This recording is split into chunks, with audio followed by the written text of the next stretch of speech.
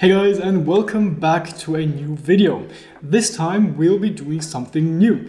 I'll be working on a Kaggle challenge for the first time. This website is really fun and you can definitely learn a lot here. The community is huge and there are different levels in this community of skill, and there are people that are just really crazy and can work out crazy solutions for the task at hand. And since this is also a learning process for me, I've done my research and I have found a pretty cool notebook that I will be referencing in the beginning of it. So let's just jump straight to the code. And by going through this code, you can hopefully see what the thought process of such a little machine learning project can be. So the first block is nothing important, it's just the imports, and it already just predicts the libraries that I will be using. But yeah, let's just skip that and get to the data.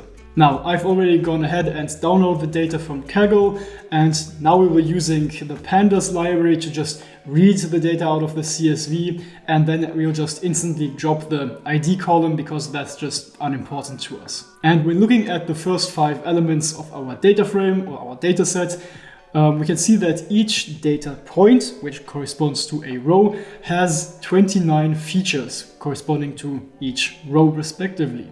Now, this doesn't show us that much. It perhaps shows us the range of certain features and that some are floating point values and some are integers, which is important, definitely, but that doesn't help us that much. But what we can do, which is very helpful, is look at the histograms for each feature.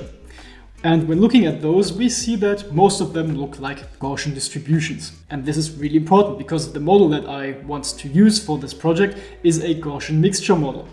And the name Gaussian Mixture Model also includes the word Gaussian, and this is because, well, the model assumes that each data point is sampled from a Gaussian distribution. This pretty much just means that it works best when the data distributions or the histograms here are of a Gaussian form. And for most of those distributions, it looks like a Gaussian form. Just some features like feature 7, 8, 9, etc., they don't look really Gaussian. Plus, they aren't even centered around the 0 point. And that is already very important, so keep that one in mind. But the next thing that I want to look at quickly is which features are actually important. Because most often, not all features are really important to classifying or clustering some data. And here I just went ahead and looked at this one source or notebook that I reference, and he has already done a bit of analysis to figure out which features are important. So we'll just skip that part. Now let's continue. As mentioned, we want our distributions for our features to be Gaussian-like, right? And we want to remove some outliers and we want to center the data. That all improves our just improves our model accuracy, right? And to do that, we'll simply use a power transform from the scikit-learn library. There are really many power transforms, but we'll just use the default one and then just store it into the same data frame. Now what we can do is we can look at the histograms again after the power transform and only for the selected features. And what we can see, or hopefully see, is that they now appear to be more Gaussian, right? And this is the desired outcome that we wanted. Up until now, I believe everything was fairly understandable. But with this task, we have a dataset without labels, right? Which means we have to apply a clustering algorithm. The problem is we don't know how many classes there are which we want to cluster the data into, right? Now, there are different ways of identifying how many clusters there are, how many classes there are the data should be clustered into.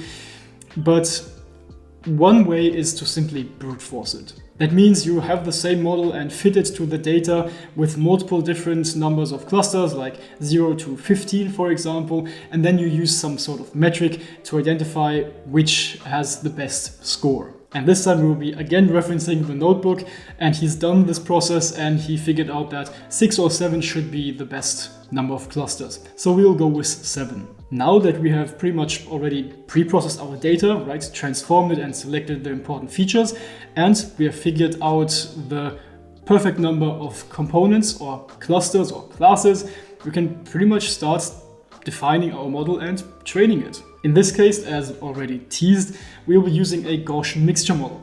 And if you want me to talk a bit more in detail about how a Gaussian mixture model works, please leave me a comment below and I'll then possibly make a theory video on Gaussian mixture models. But for now, we'll just provide some arguments like the number of components. Again, this is the number of classes that we have, the maximum number of iterations, the number of initializations, which is just the number of how often we'll just refit our model, and then the class will just select the model with the best performance.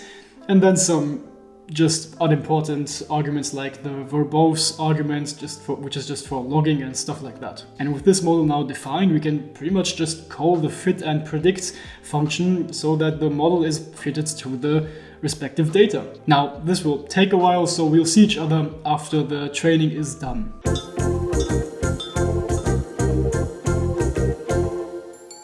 So training is now done, and we now have the labels and the probabilities. We'll now have a look at what those are. The labels, as the name might suggest, are just the class labels for each data point. So we can just add those to our data frame. Now, looking at the first 5 elements of our table again, we can now see that for each data point we have a predicted class. Now, since this is a Gaussian mixture model, it not only returns one absolute class label, but it also returns a probability distribution for each data point across all class labels. So let's just look at the first entry of our probability distribution output. So we can here see this is the probability distribution across all class labels for our first data point.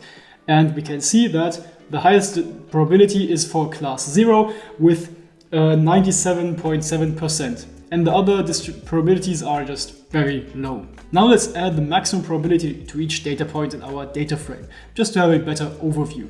We can now again look at the first 5 elements of our data frame and see that for example, data point 1, the class 0 is predicted with a probability of 97.7%. Let's have a closer look at those maximum probabilities, or the maximum certainty that the model has that it predicted the correct label.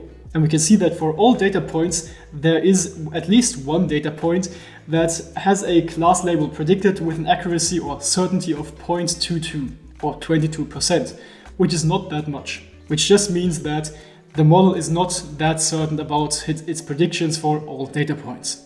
But nevertheless, we can pretty much just stop right here. I mean, for every data point, we have a class prediction, and that is the task of this challenge, right? But let's be a bit tricky and try to get some better performance out of our model. Up until now, we have used just a simple clustering algorithm for unsupervised learning that assigns each data point a class label with a certain certainty. But we will now use those predictions to train a classification model. So to do that, we'll just take all of our data with the predicted labels and the corresponding certainties that the model has, and then just select all of those data points for our training and testing set. That's where the model is pretty certain. There's a certain threshold that we can define. In this case, I have selected 75% certainty, and this is just a hyperparameter that you can tune a bit and see which will result in the best performance. So that way we can now simply extract a training set from our classification data and a testing set and go ahead to train a classification model. And I just quickly want to highlight that again because I think it's really interesting, because I didn't think of that quickly. I saw it when doing my research and figuring out how to solve this problem in a good way. To just take the clustering model and take the obvious predictions, or like the predictors with the high certainty, and use them for training a more general and better classification model, that's pretty smart. So with that said, from now on it's not that crazy anymore. We have our Bayesian Gaussian Mixture Model classifier, which again has pretty much the same arguments, and will then just fit the same model with the training set, again the training data points and the corresponding labels. And this will again take a while, so we'll see each other when that is done. Okay, after that now finished, we can now pretty much just predict the accuracy on our test set and see if we are happy with our hyperparameters that we have chosen. And here we can see that on this test set at least, our model has performed pretty well with an accuracy of 97.7%, which is pretty nice. But you know, this is for our test set.